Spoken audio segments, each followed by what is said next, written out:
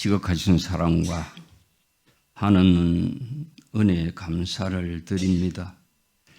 미명의 시간에 부족한 자들을 부르셔서 새벽을 깨우게 하시고 귀한 첫 시간을 드리게 하시니 감사를 드립니다. 임재하사 주신 말씀을 통하여 영혼이 새롭게 하시고 머리가 아니라 가슴으로 공감되는 은혜의 시간이 되게 하여 주시옵소서. 오늘도 종일토록 주님과 동행하는 삶이 되기를 소망하옵고 거룩하신 예수님의 이름으로 기도하옵나이다. 아멘. 오늘 말씀은 요한복음 15장 5절 말씀, 오늘 주신 말씀 같이 은혜 나누겠습니다.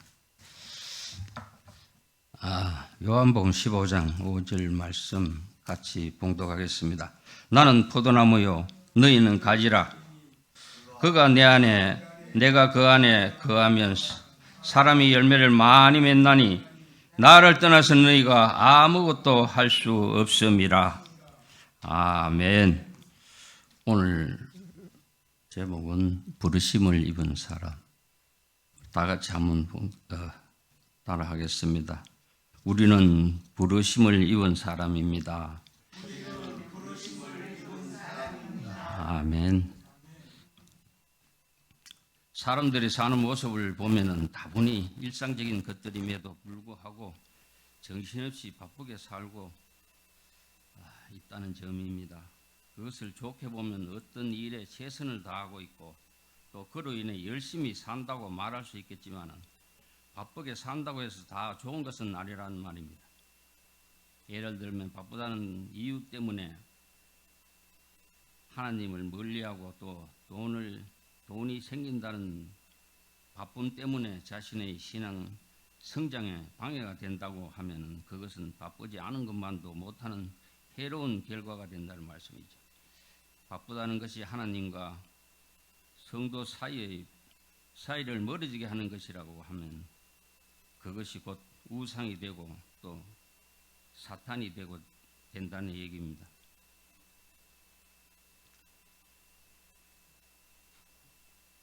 여러분은 혹시 교회에 대하여 생각해 보신 적이 있습니까?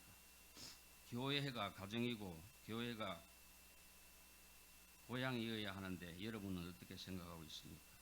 외롭고 답답하고 슬플 때 교회에 엎드려 기도하면서 우리는 하나님께서 주시는 크신 위로를 얼마나 많이 경험을 했습니까?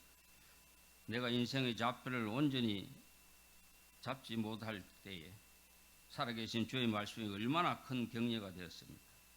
긴긴 고통의 때에 사랑하는 성도들이 서로 격려하고 더불어 함께 기도했던 뜨거운 눈물이 어우러져서 교회가 가정이요 마음의 고향이 되었던 경험을 우리는 얼마나 많이 경험을 했습니까? 우리는 지난 몇 년도 아니죠. 지난 1년 동안 정말 끝이 보이지 않는 그런 터널을 경험하며 교회를 세우지 않았습니다. 그래서 우리 주님께서는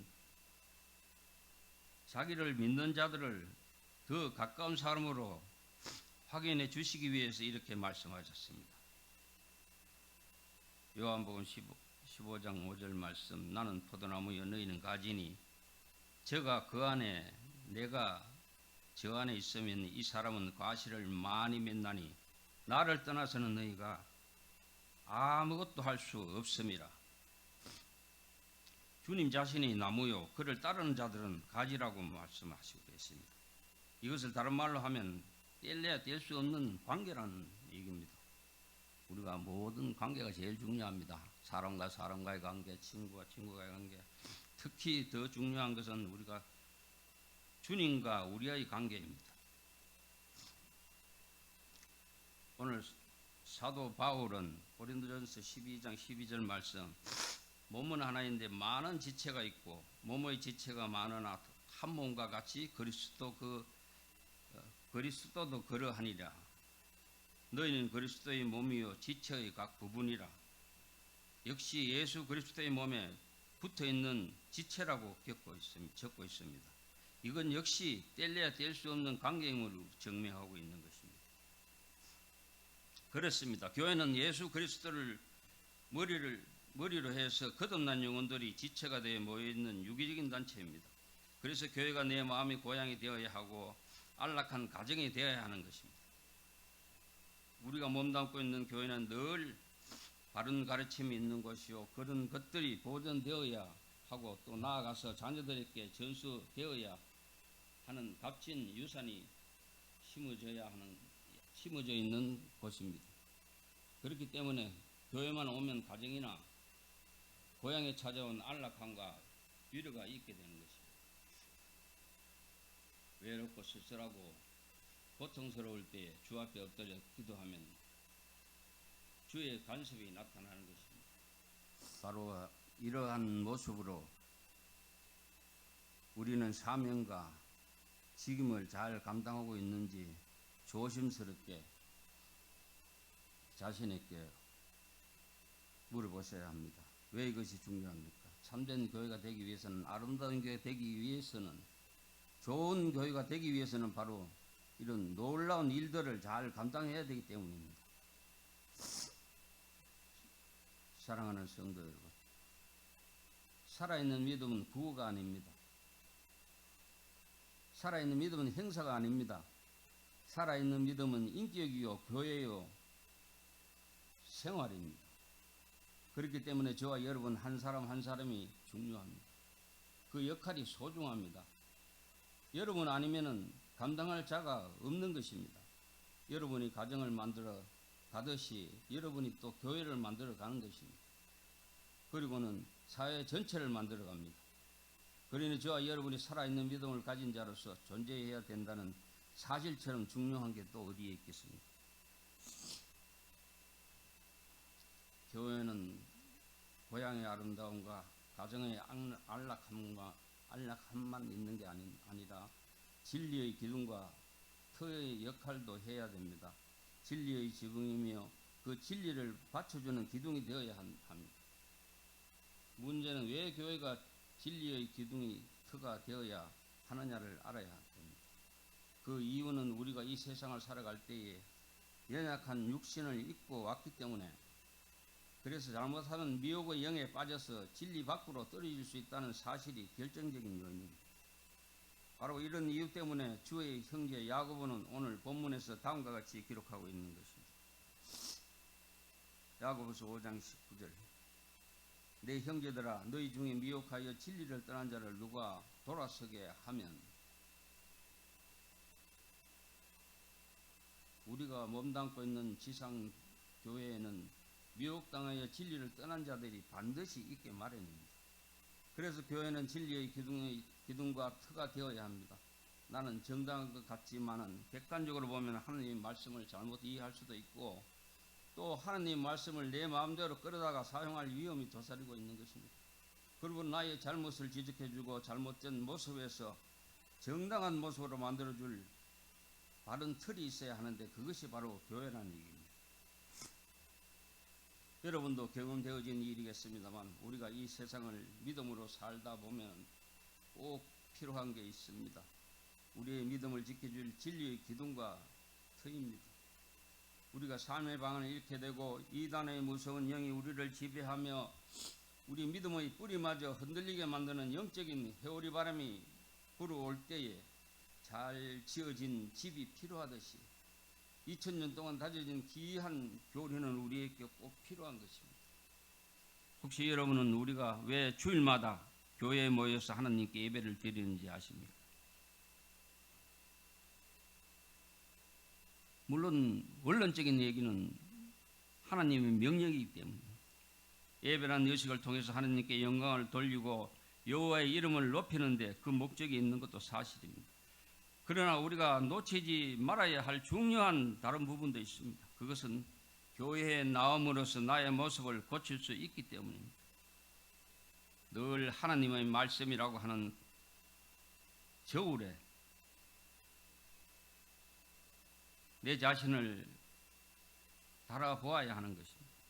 말씀을 거울에 비추어 보아야 합니다. 그래서 모자라면은 채우고 뭐가 남으면 잘라내야 합니다. 더 나아가 우리를 심각하게 만드는 이유도 있습니다.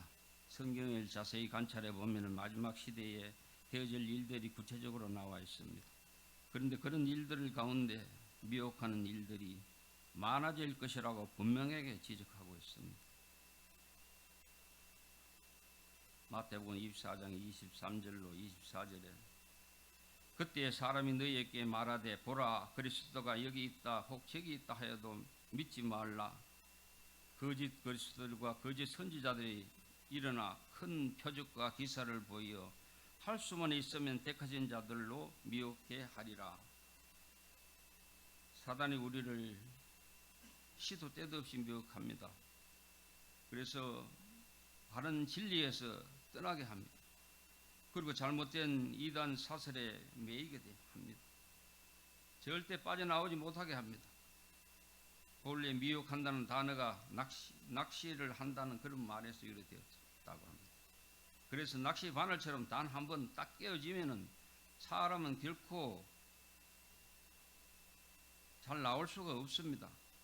그렇기 때문에 진리를 사수하고 바른 가르침을 주기 위해서 참된 교회가 꼭 필요한 것입니다.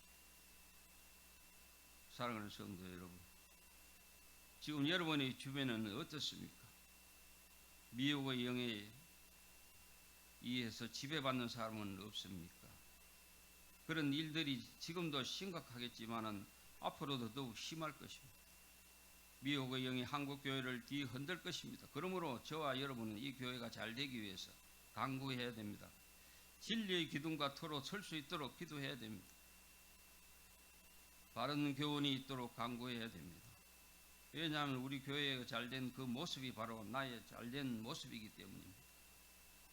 이 교회가 바로 서야 여러분의 가정이 바로 서고 이 교회가 바로 서야 자녀들의 축복의 산실이 되기 때문입니다.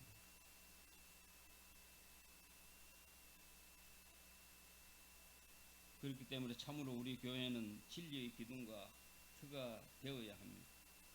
어떤 미혹을 받는 사람도 우리 교회 안에서 바로 서는 은혜가 있기를 기도해야 됩니다.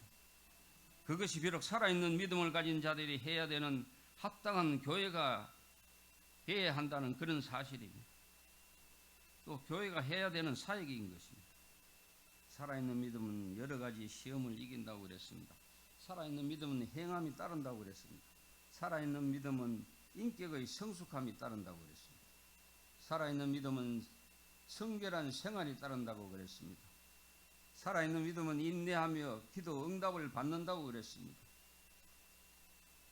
사랑하는 성도 여러분, 그렇다고 하면 이제 나와 여러분은 어떻게 살아야 되겠습니까? 대답은 하나뿐입니다. 살아있는 믿음을 가진 자들이 되어서 여러분의 삶의 현장을 변화시킬 수 있어야 합니다. 가정이 변하고 직장이 변하고 학교가 변하며 사회 전체가 변화되도록 우리가 살아야 됩니다. 그래서 살아계신 하나님께서 영광 받으시고 여러분을 통하여 예수 그리스도의 이름이 존귀되어지는 놀라운 일들이 넘쳐나야 됩니다. 저와 여러분 바로 이런 자리, 이런 일을 위해서 부르심을 입었고 성령의 후원하심을 받은 존재임을 결단코 놓치지 마시길 바랍니다. 이제 나와 여러분이 살아있는 믿음을 가진 자들이 다 되어서 삶의 현장을 변화시킬 수 있기를 축원합니다. 우리 연약한 영혼들을 일찍이 불러주셔서 이렇게 예배드릴 수 있고 또 영광 돌릴 수 있게 하신 하나님께 감사를 드리면서 우리 모두가